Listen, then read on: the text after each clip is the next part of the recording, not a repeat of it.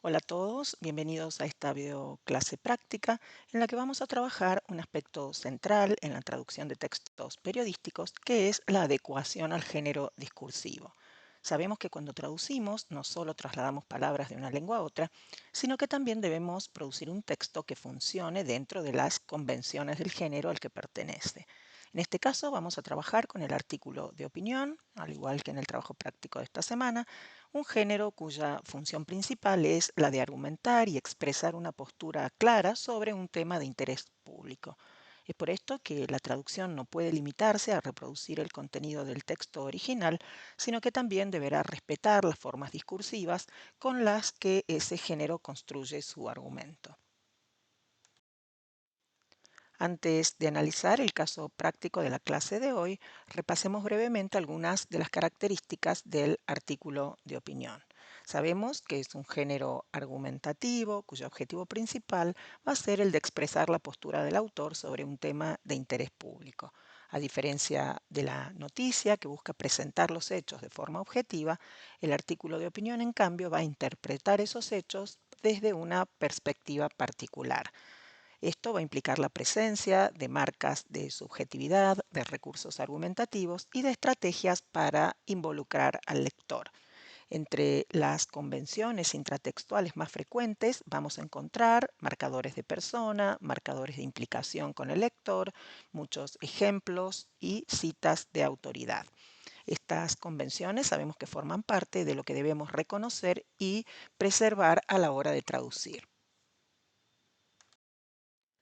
Analicemos ahora un fragmento extraído de un artículo de opinión.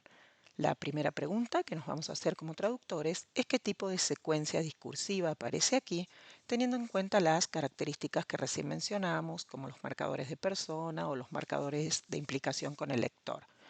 Es decir, nos vamos a preguntar si este fragmento está informando, explicando o bien argumentando.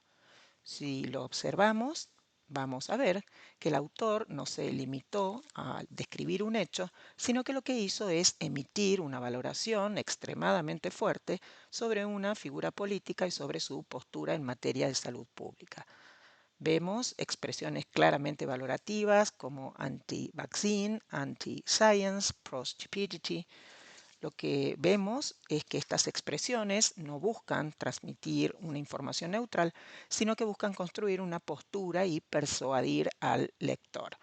Por lo tanto, vamos a ver que estamos enfrente a una secuencia argumentativa y sabemos que es una de las marcas centrales del artículo de opinión. Reconocer esto es fundamental como traductores porque nos va a indicar que el texto no busca neutralidad, sino que trabaja con un lenguaje evaluativo, hasta incluso provocador, para reforzar la postura del autor. Y una vez que identificamos las características del género que vamos a traducir, como traductores empezamos a evaluar algunas cuestiones. Por ejemplo, nos vamos a preguntar hasta qué punto deberemos preservar el tono confrontativo en español, si el medio en el que aparecería nuestro texto meta toleraría ese registro. Y estas preguntas son muy importantes porque la adecuación al género no significa copiar el texto original, sino producir un texto que funcione dentro de las convenciones del género, pero en la lengua meta.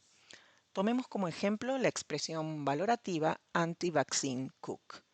Si consultamos un diccionario bilingüe, el equivalente canónico, que probablemente aparezca primero para cook, sería algo así como loco o chiflado.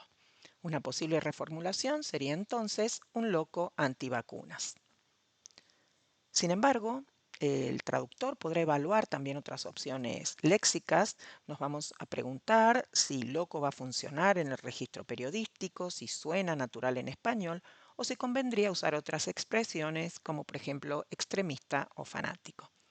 Por ejemplo, para algunos, usar extremista los puede llevar más para el lado del terrorismo, por lo que decida utilizar otra expresión. Lo importante aquí es saber que no cambiamos el contenido básico del mensaje, pero sí podemos modificar el matiz de la valoración. Cada una de estas elecciones produce un efecto distinto en el lector. Algunas van a sonar más insultantes, otras podrán ser más ideológicas, algunas más periodísticas.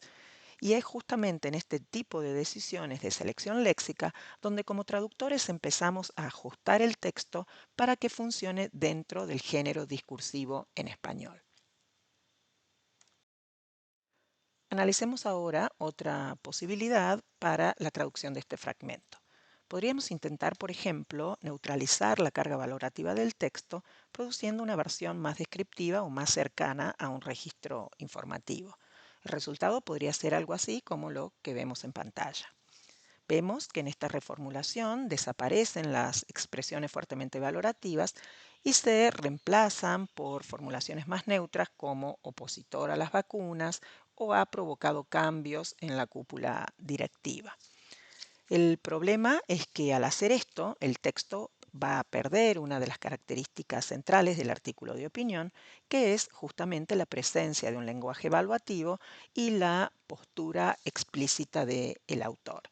Ahora bien, esto no significa que la neutralización nunca sea posible, ya que podría ser una decisión válida si el encargo de traducción fuera diferente. Por ejemplo, si el fragmento se citara en una noticia informativa, en un informe institucional o en un trabajo académico, donde se esperaría un registro más neutral y descriptivo. Pero sabemos que en el contexto de un artículo de opinión, eliminar esa carga valorativa implicaría modificar el funcionamiento que tiene este género. En definitiva, lo importante aquí es recordar que las decisiones traductoras no se toman de forma aislada, sino en función de un encargo de traducción y del género discursivo con el que estamos trabajando. Y a modo de cierre de esta videoclase, decirles que la idea central fue mostrar cómo, a partir de un fragmento concreto, podemos observar distintos problemas de traducción y reflexionar sobre las decisiones que vamos a tomar como traductores.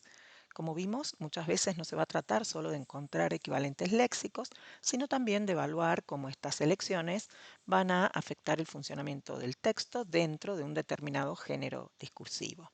En este proceso, decirles que el encargo de traducción va a cumplir un papel central porque es lo que nos va a orientar a decidir qué aspectos nos conviene preservar, cuáles también podrán ser ajustados y qué soluciones deberemos descartar.